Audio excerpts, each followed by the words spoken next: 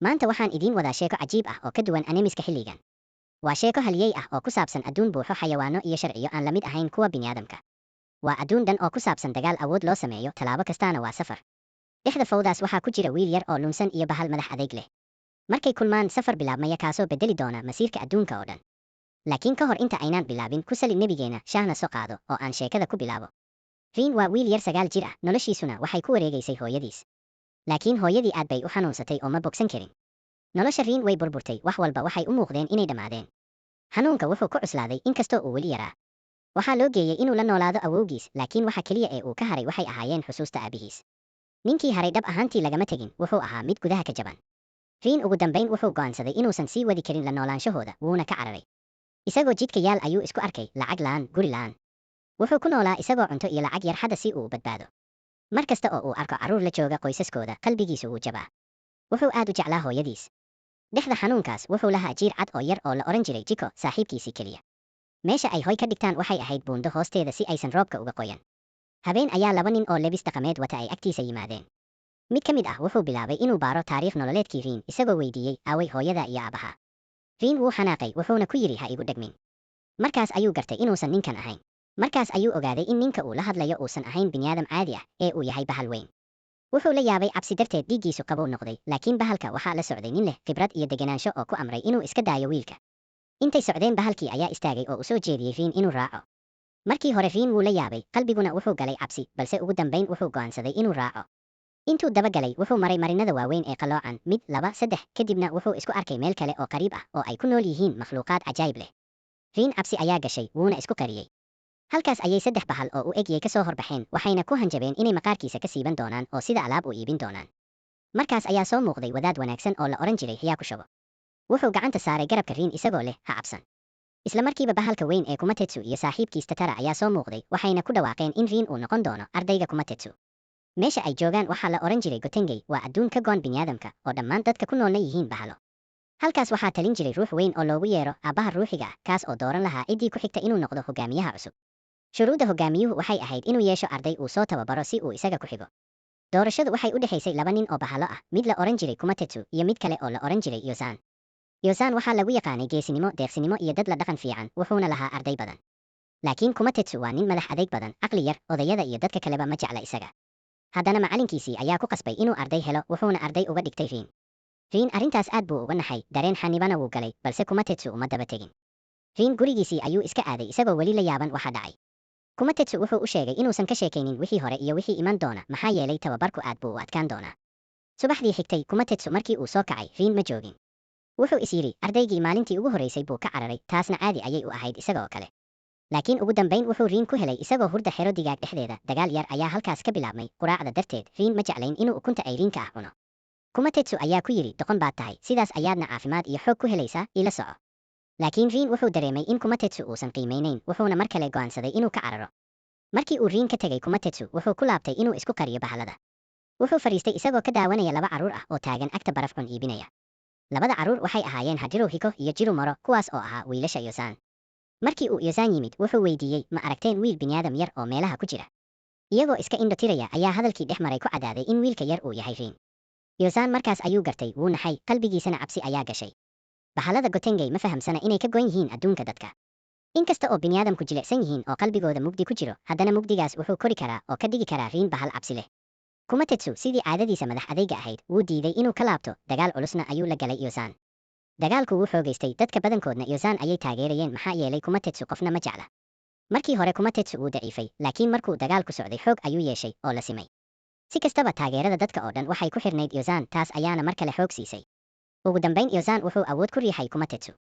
Riin wuxuu ka daawanayay dhinaca, wuxuuna arkay in Kumatetsu keligiis yahay, cidna ma taageerayn, cidna u sacbinayn. Taas ayaa xasuusisay noloshiisii isaga, wuxuuna u naxay oo u damqaday. Markaas ayuu dhiirigelin u jeediyey. Yozan si xoog leh ayuu ugu dhuftay Kumatetsu, isagoo si weyn dhulka ugu tuuray. Intaas kadib, hogaamiyihii ruuxiga ahaa ayaa soo galay, wuxuuna joojiyey dagaalka. Inkasta oo Kumatetsu laga adkaaday, haddana wuxuu ku adkaystay in Riin weli noqdo ardaygiisa. Hogaamiyihii ruuxiga ahaa wuu ku raacay, isagoo ballan qaaday inuu isha ku hayn doono tababarkooda. Riin wuxuu go'aansaday inuu sii joogo Kumatetsu oo uu wax ka barto, wuxuuna niyadda ku hayay inuu noqdo mid xoog badan sida macalinkiisa. Laakiin bilowgu ma sahlayn. Subaxdii xigtay, Kumatetsu tababar ayuu ku bilaabay, isagoo qoryo qaadanaya oo xoog u dhaqaaqaya, xataa hawada ayuu dhaqaajinayay. markaas ayuu ku yidhi riin sidan oo kale samee. riin ayaa ku jawaabay maxaad doqon miyaa tahay. wuxuu isku dayay inuu ku daydo dhaqaaqiisa laakiin ma awooday. Kumatetsu laftiisu macallin fiican ma ahayn. wuxuu ku yidhi seefta gudaha naftaada ku jirta soo saar oo ku tababaro. riin ayaa la yaabay seef gudaha iga jirta. ugu dambayntii Kumatetsu wuu ka carooday oo ka dhaqaaqay isaga. maalmo kadib riin wuxuu magaalada wax ka iibsanayay. markaas ayaa Jiromaru iyo saaxiibadiis hareereeyeen oo ku bilaabeen inuu yahay qof tabar daran laguna qoslo. waxay ku yidhaahdeen maxaad halkan ku samaynaysaa. waad daciif tahay waana lagu garaaci doonaa. laakiin markaas ayaa soo dhex galay Ushrohiko wuxuuna difaacay riin isagoo ku yidhi wiilkan wuu daciif yahay xitaa xumaan ma samayn karo. dadkii kale markay sidaas maqleen waxay bilaabeen inay si kale ugu eegaan riin iyagoo u arkaayo tabar darro. inkasta oo Ushrohiko uu badbaadiyey haddana markuu gurigii ku noqday Kumatetsu laftiisu wuxuu ku yidhi waad daciif tahay. riin ayaa ka jawaabay isagoo leh adigana waad daciif tahay marka lagu eego Yozan. dagaal hadal ah ayaa markaas dhex maray sidii caadada u ahayd. laakiin arrintu halkaas kuma dhammaan. hogaamiyihii ruuxiga ahaa ayaa soo muuqday wuxuuna siiyey 4 tikiidh oo uu ku safro adduunka bahalada si isaga iyo riin ay xiriirkooda u hagaajiyaan. maalin ka mid ah safarkaas riin wuxuu weydiiyey wadaadkii Hyakushabo iyo saaxiibkiis runtii ma daciif baan ahay. ma lahayn karti. waxay ku yidhaahdeen maxaad sidaas u leedahay. riin ayaa ugu jawaabay ma fahmi karo tababarka Kumatetsu wax walba wuu iga adag yahay. markaas ayaa loo sheegay sababta Kumatetsu tababarkiisu uu adag yahay noloshiisa oo dhan keligii ayuu ku noolaa qoysna ma lahayn qofna ma garab taagnaan. wuxuu wax walba isku baray naftiisa sidaas darteed cid kale dhegaysan maayo mar walbana keligiis buu noqdaa. dhanka kale Kumatetsu laftiisu wuxuu isweydiiyey ma macallin liita ayaan ahay. wuxuu dareemay inuu riin wax ku bara waayey. laakiin mid ka mid ah asxaabtiisa ayaa ku yidhi xusuusno yaraantii adiga oo kale ayuu ahaa riin wiil tabar daran balse geesinimo leh oo aan ka baqan waxba. keliya aabbaha ruuxiga ah ayaa kugu aaminay markaa adiguna waa inaad isaga fursad siisaa. markaas ayaa riin cod hooyadiis ka maqalay maskaxdiisa iyadoo ku dhiirigelinaysa inuu ka barto Kumatetsu. taas ayaa ku riixday inuu ku daydo dhaqaaq kasta oo Kumatetsu sameeyo xataa haddii uu adag yahay.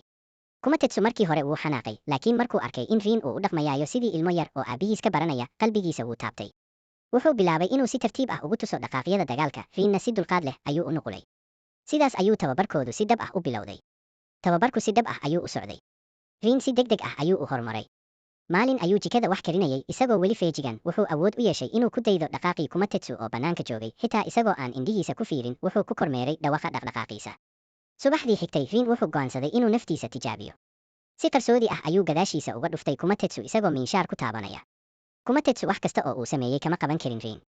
markaas ayay heshiis sameeyeen riin wuxuu barayaa Kumatetsu sida loola socdo dhaqaaqyada cadowga iyo sidii loo saadaalin lahaa weeraradiisa.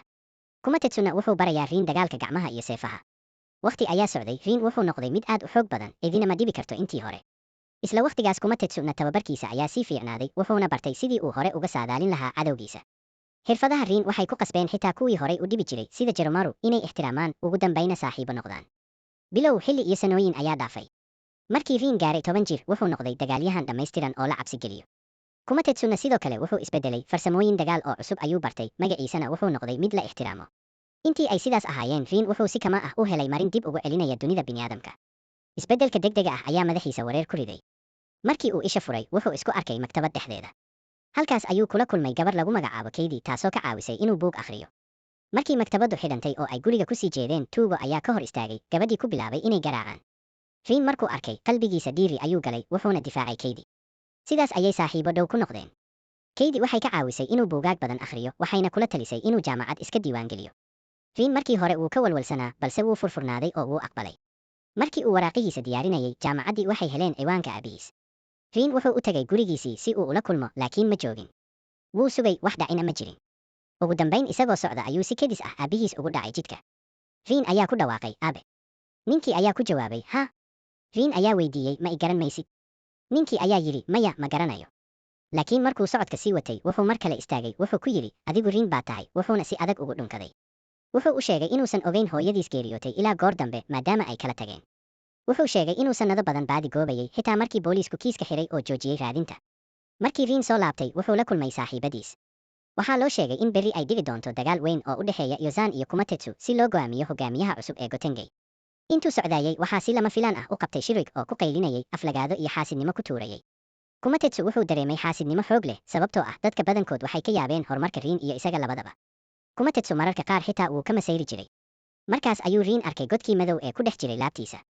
qalbigiisa mugdi ayuu galay halkaasna dagaalka weyn ee go'aaminayay hogaamiyaha cusub la bilaabay.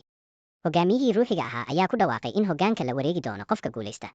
halkan ayaan ku baranay sababta hogaamiyuhu hogaamiye u noqon karo waa inuu naf iyo miyirba ku dhex shubaa waxyaabo faa'iido u leh adduunka oo dhan. Dagaalka Kumatetsu iyo Yozan si xamaasad leh ayuu ku bilowday. Kumatetsu wuxuu weerar ku qaaday dhaqdhaqaaqyo culus, balse Yozan xooggiisa ayaa ku riixay dhulka. Waxaa muuqanaysay in haddii tirinta la joogteeyo 10 ilbidhiqsi oo keliya, garsooruhu dagaalka ka dhigi lahaa mid la joojiyey, Yozanna loo aqoonsan lahaa guulayste. Markaas ayaa Rin qayliyey isagoo leh, doqon yahow, kac oo dagaalka dhame. Codka Rin ayaa Kumatetsu ku toosiyey. Wuxuu dib isu taagay isagoo leh tamar cusub iyo dhiiranaan.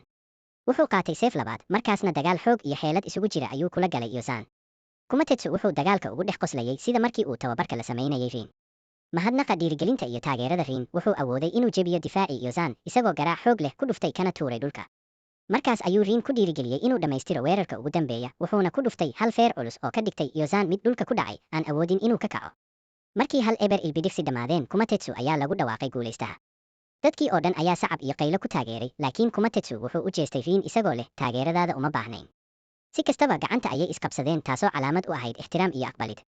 Laakiin si lama filaan ah, markay isku faraxsanayeen guusha, waxaa muuqday in seef si qarsoodi ah dhabarka looga geliyey Kumatetsu. Waxaa soo baxay in Ichirohiko, wiilka uu koriyey Yozan, uu awood qarsoon soo bandhigay oo seef ku dhex muday Kumatetsu, isagoo ku dhawaaqay in aabihiis Yozan yahay guulaystaha dhabta ah. Rin ayaa markaas arkay godkii madow ee ku dhex jiray laabta Ichirohiko. Iyada oo cadaadis iyo cadho ku jirto, Rin wuxuu gacantiisa ku soo saaray mugdi u eg had, wuxuuna u adeegsaday inuu dagaal ku galo. Markii uu Rin isku dayay inuu la dagaalamo Ichirohiko, wuxuu ku dhuftay weerar xoog leh, laakiin Shiko ayaa iska celiyey isagoo wejiga difaacay. Xilligaas ayuu Rin arkay xarigii casaanka ahaa ee Keidi siisay, taas ayaa dejisay, wuxuuna iska daayay seeftii mugdiga ahayd ka hor inta aysan qof waxyeello u geysan. Ichirohiko markaas wuxuu ku dhuuntay hadkii, isagoo qarsoodi galay, halka Rin naftiisa la daalacday daal iyo tabardarro, dhulka ku dhacay. Markuu soo kacay, Kumatetsu weli miyir beel ayuu ahaa. Waxaa markaas sir qarsoon shaaca laga qaaday. Yozan wuxuu sheegay in Ichirohiko dhab ahaantii uu yahay bini'aadam. Wuxuu wiilkan ka helay dunida dadka si qarsoodi ahna u soo koriyey, laakiin arrintaas ayaa Ichirohiko ka dhigtay mid cidlo iyo godoon dareema, inkasta oo bahalada kale u arkaan inuu yahay mid ka mid ah. Xitaa isaga laftiisa ma qarin karin xaqiiqda ah inuusan u dhignayn sida bahalada kale. Marka Rin warkaas maqalay, wuxuu go'aansaday inuu raadiyo Ichirohiko, laakiin saaxiibadiis Yakushobu iyo Tataray ayaa isku dayay inay ka joojiyaan. Waxay ku yidhaahdeen Argosy waxba kuma tarayo. Laakiin Rin wuxuu ugu jawaabay, ma doonayo Argosy, balse waxaan rabaa inaan caawiyo. Waan dareemayaa xanuunkiisa iyo wareerkiisa. Markay arkeen sida uu u bislaaday, waxay ku ooyeen farxad iyo kibir, iyagoo leh, Rin waa weynaaday, rag ayuu noqday. Rin wuu ugu mahadceliyey daryeelkooda, wuxuuna ku kalsoon yahay inay Kumatetsu ilaalin doonaan. Markaas ayuu dunida dadka ugu laabtay, halkaasna kula kulmay Keidi, buuggii uu watayna gacanteeda ku dhiibay. Keidi waxay weydiisay, maxaa loo siiyaa buuggan? Rin ayaa yidhi, waxaan leeyahay arrimo aan dejiyo, waxaana dhici karta inaan wax walba waayo. Buuggana aniga igu aamin.